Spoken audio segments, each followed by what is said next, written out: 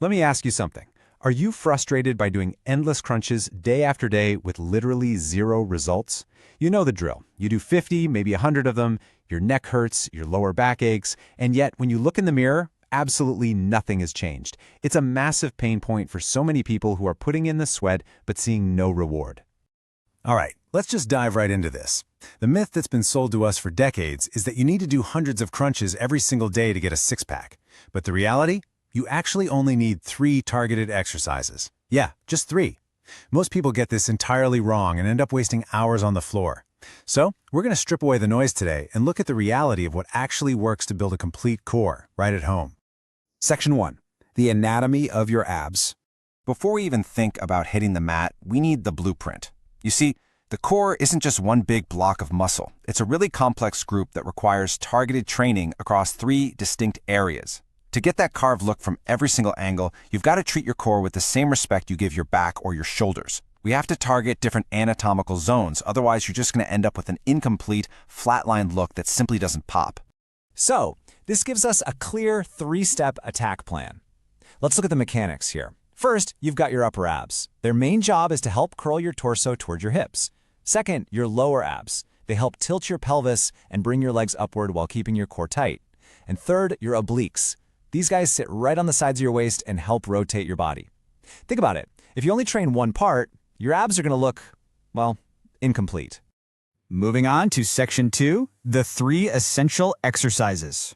This exact protocol is going to replace all your random, ineffective ab workouts starting today. Exercise number 1 targets those incredibly stubborn lower abs, the reverse crunch. You'll lie flat on your back, knees bent, feet off the floor. You can place your hands right beside you or tuck them under your hips for a little support.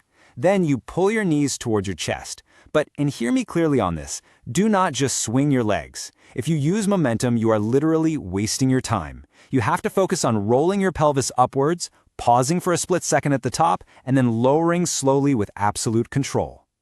For these reverse crunches, you're aiming for 4 sets of 12 to 15 reps. But the real secret here is how you progress over time. Once 15 reps becomes easy, you don't just jump to doing 30 or 50 reps. Instead, you increase the difficulty. You do that by slowing down the lowering phase even more, or by straightening your legs out. If you do that, trust me, your lower abs will be begging for mercy. Next up, we're targeting the upper abs and obliques simultaneously. Exercise 2, the bicycle crunch. This one is highly efficient for strengthening the upper abs while dragging the obliques into play. You start flat on your back, hands lightly behind your head, and keep your shoulders lifted off the floor. Then, bring one knee toward your chest while rotating your torso to bring the opposite elbow to that knee. But here is where almost everybody messes up: speed. Going too fast is a massive mistake. The faster you go, the less your abs actually work. Quality beats quantity every single time. You want to hit 4 sets of 20 total reps, which breaks down to 10 reps for each leg. The secret sauce here is keeping your lower back firmly pressed against the floor and your shoulders elevated for the entire set. Go slow. Hold the squeeze for a second every time your elbow meets your knee. If you do this correctly, your abs will be on fire way before the set is even over.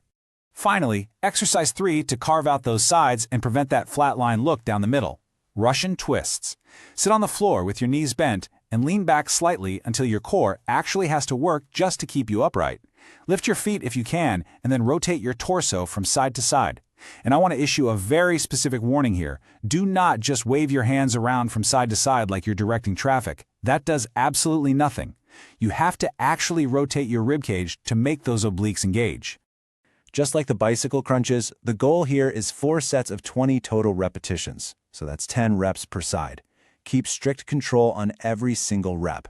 And hey, once this bodyweight version gets a little too easy, you can easily scale it up. Just hold a backpack, a dumbbell, really any household object for extra resistance. You're going to feel your sides working immediately. To make this completely foolproof, here's your routine cheat sheet. You've got reverse crunches to hit the lower abs, bicycle crunches for the upper abs and obliques, and Russian twists to really isolate the obliques. It's the complete package. You should follow this exact routine 2 to 3 times a week, focusing on getting just a little bit better, a little more controlled during every single session. Which brings us to Section 3, the kitchen secrets.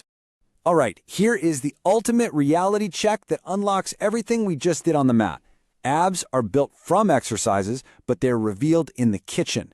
This is the cold, hard truth. You can build the strongest, most impressive abs in the world, but if they're hidden under a layer of body fat, nobody will ever see them.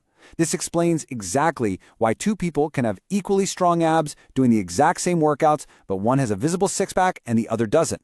Literally, the only difference between them is their body fat percentage. So the crucial takeaway here is this really simple formula. Visible abs equal a small calorie deficit plus enough protein plus consistency. If your ultimate goal is a visible carved core, you absolutely must get lean enough for those muscles to show. And you don't need some crazy crash diet. Just maintain that small calorie deficit, ensure you're eating enough protein to recover from the exercises we just discussed, and stay consistent. So, the real question is, are you ready to train smarter and not just harder? Ditch the endless crunches, stick to these 3 movements, and dial in your kitchen habits.